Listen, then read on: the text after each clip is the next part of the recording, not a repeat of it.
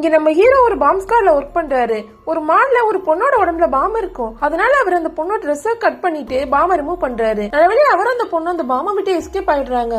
அந்த பாம் அடிச்சதுல யாருக்கும் எந்த ஆபத்தும் இல்ல. இப்ப அவரோட ஆபீஸ்க்கு வராரு. அங்க அவரோட ஹெட் இவரை பயங்கரமா திட்ட ஆரம்பிக்கிறாரு. அங்க நம்ம ஹீரோட வைஃப் கூட இருக்காங்க. நீ அந்த பொண்ணு கிட்ட மிஸ்பிஹேவ் பண்ண, அவ கூட நீ தப்பா நடந்துக்க பார்த்த, ஒழுங்கா நீ அப்பாலஜி லெட்டர் கொடு, இல்லன்னா அவன் டிவோர்ஸ் பண்ணிடுவேன்னு சொல்லிடுறா. அந்த பொண்ணோட ட்ரெஸ்ஸோட அந்த பாம் கனெக்ட் ஆனதால வேற வழி இல்லாம தான் அந்த மாதிரி பண்ணேன்னு சொல்றாரு. ஆனா அந்த வைஃப் கேட்கவே மாட்டேங்கிறா. அதுக்கு பதிலா புதுசா வந்த ஒரு பாம் எக்ஸ்பர்ட் கிட்ட ரொம்ப க்ளோஸா பேசுறா. அவனுக்கே சப்போர்ட் பண்றா.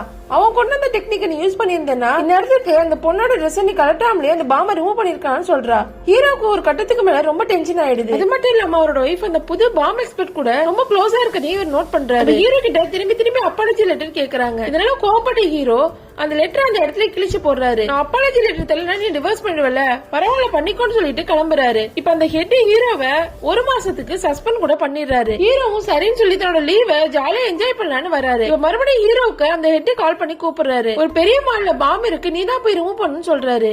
ஆனா ஹீரோ என்னால போக முடியாதுன்னு சொல்லி காலை கட் பண்ணிடுறாரு. இருந்தாலும் ஹீரோவுக்கு மனசு கேட்காம அந்த இடத்துக்கு போறாரு. பார்த்தா அங்க இருக்கிறது ஹீரோட எக்ஸ் ஒய்ஃபா இருப்பா. அது மட்டும் இல்லாம அந்த புதுசா அந்த எக்ஸ்பர்ட் அவரோட டெக்னிக்கை யூஸ் பண்றேன்னு சொல்லிட்டு அந்த பாம்போட டைமிங்க ரொம்ப கம்மியா மாத்திடுறாரு. அந்த பாம் கட்டி இருக்கும். அப்ப அவகிட்ட அவனோட ட்ரெஸ் ரிமூவ் பண்ண ஓகேவான்னு கேக்குறாரு. அவளும் சரின்னு சொல்றா. ஆனா இந்த முறை ட்ரெஸ் ரிமூவ் பண்ணலான்னு பார்த்தா உடம்போட அந்த பாம் ரொம்ப க்ளோஸா இருக்கு. அதனால ஹீரோ இந்த முறை நல்லா யோசிச்சு ஒரு ஆசிரியர் எடுத்துட்டு வந்து அந்த பாம்போட கேபிள் மேல கொட்டுறாரு.